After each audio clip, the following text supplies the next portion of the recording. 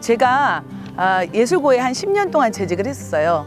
재직하면서 졸업한 학생들이 실제로 설 자리가 너무 없었다는 게 굉장히 가슴이 아프거든요. 예술하는 학생들이 각자는 잘할 수 있어요. 그런데 함께 모이기 쉽지 않거든요. 저희들은 음악, 미술, 실용음악, 공연예술 학생들을 함께 모아서 하나의 협동조합을 만들어서 이 학생들이 졸업하고 향후에도 함께 활동을 할 수 있는 장을 만들기 위해서 예다음 학교 사회적 협동조합을 만들었죠. 음악과 학생들은 오늘 공연을 준비했습니다. 그리고 미술과 학생들은 리플렛을 제작을 했고요.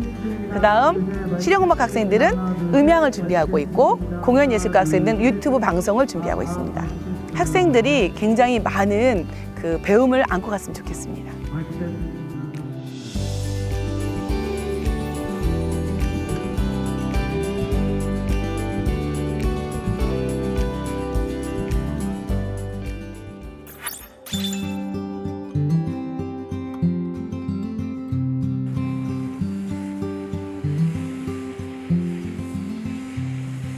이제 특수교사로서의 어려움이 당연히 있죠. 이제 제가 컴퓨터를 만났습니다. 딱 드는 생각이, 이게 우리 시각장애인들하고 일반인들하고 문자적 벽을 허물 수 있는 좋은 기기다. 거기서부터 컴퓨터에 전념을 하기 시작했습니다. 이 컴퓨터라는 도구가 제가 그 많은 어려움이 있었지만 그 어려움을 극복하는데 큰 이 역할을 해준 것 같습니다. 우리 장애 학생들에게는 첫째는 그 의지를 가져라, 그리고 인내심을 가져라. 일반 학생들이 한두 번에 노력해서 될 것을 저를 포함해서 시각장애인들은 3번, 4번, 5번, 6번을 해야지만 이룰 수 있는 것이 있습니다. 인내심을 가지고 꾸준히 노력하면은 언젠가는 내가 원하는 목표가 100%는 아니더라도 80%는 이룰 수 있다는 생각이 듭니다.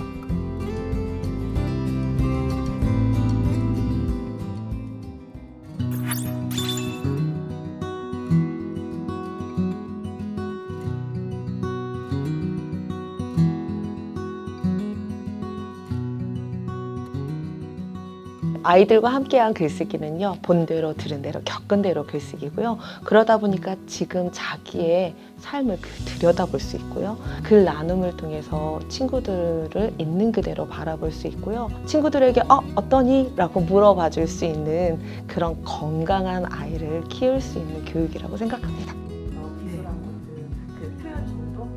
저는 학력고사 세대인데요. 제가 교사가 되어서 학교에 와보니 아이들의 삶이 없더라고요. 그래서 학교, 학원, 집, 학교, 학원, 집 계속 쳇바퀴 도는 삶을 살고 있고요. 그러다 보니까 삶이 너무 무기력해지고요. 뭔가를 하지 않으려는 아이들이 생기더라고요. 그래서 그 아이들에게 자신의 삶을 찾고 활기를 넣어주고자 그렇게 글쓰기 교육을 시작하게 되었습니다.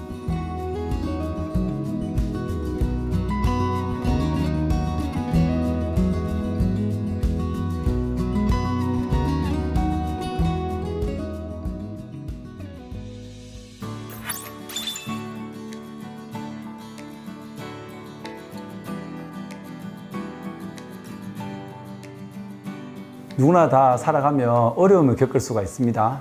그렇다고 해서 부모가 없거나 경제적으로 어려운 것은 불편할 수 있습니다. 어렵지만 그 어려움이 부끄러운 것은 아니다라는 것을 꼭 기억을 하면 좋겠습니다. 우리가 그 삶을 어떻게 바라보느냐에 따라서 기적의 주인공이 될 수 있다. 그래서 현재를 긍정적으로 바라보면 좋겠다라는 말씀을 좀 드려봅니다. 네, 저는 아이들에게 꿈을 심어주는 교사가 되고 싶습니다.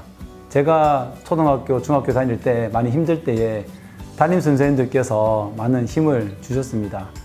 실장이 될 수 있도록 권유도 해주시고, 제가 중학교 성장기 때 우유를 무료로 먹을 수 있도록 지원도 해주셨던 선생님들이 있었기 때문에 제가 꿈을 포기하지 않았습니다.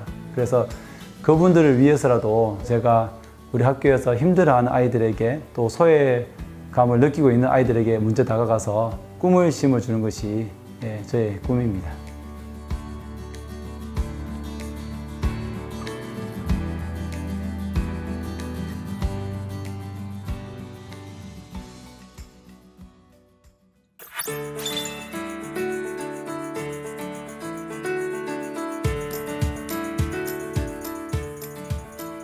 이전에는 수업 마치고 평가를 하면 아이들이 선생님 바깥놀이 언제 가요? 라고 이렇게 말을 하거든요.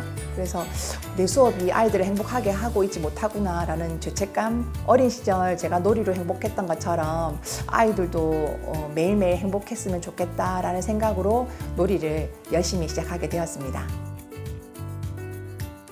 학부모 상담 소통이 중요한 이유를 저는 등하원 시에 학부모랑 잠깐 만나서 면담을 하거나 안 그러면 전화 또 정기적인 상담 기관을 통해서 학부모하고 소통함으로써 여러 가지 문제들이 해결되고 또 학부모 유아가 웃음을 찾는 모습을 보면서 정말 큰 보람과 행복을 느꼈습니다.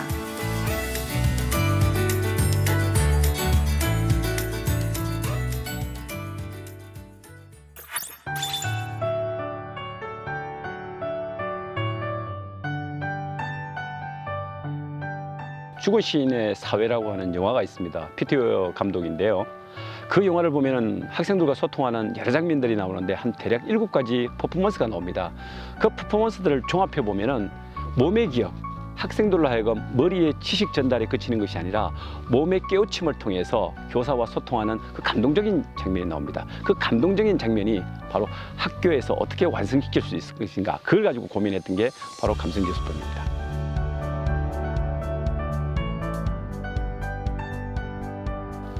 국가재난 트라우마, 용어가 상당히 생소할 겁니다. 국가재난 트라우마라는 용어가 생소할 즈음에 2014년 세월호, 2016년 경주지진, 2017년 포항지진이 터졌습니다.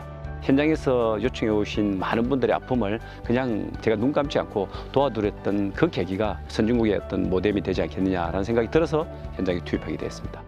과거에는 몸의 상처를 보담했다면 이제는 선진국으로 가면 갈수록 마음의 상처까지도 보담할 수 있는 국가가 안정된 국가가 아니겠느냐, 그 위치에 저희들이 있는 것이 국가적 소임이라고 생각했습니다.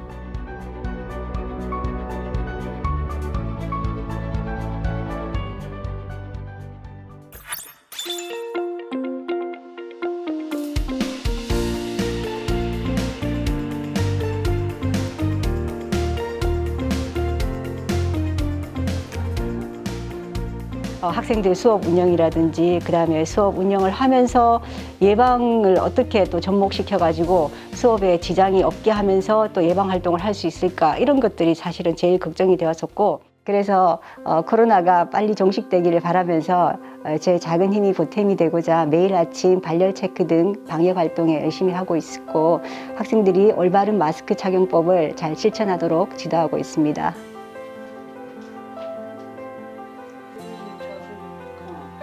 학생들이 스스로 일어설 수 있을 때까지 많은 양분과 이런 것들을 모든 사람들이 힘을 합해서 끝까지 기다려주고 믿어주고 그런 곳이라고 생각합니다.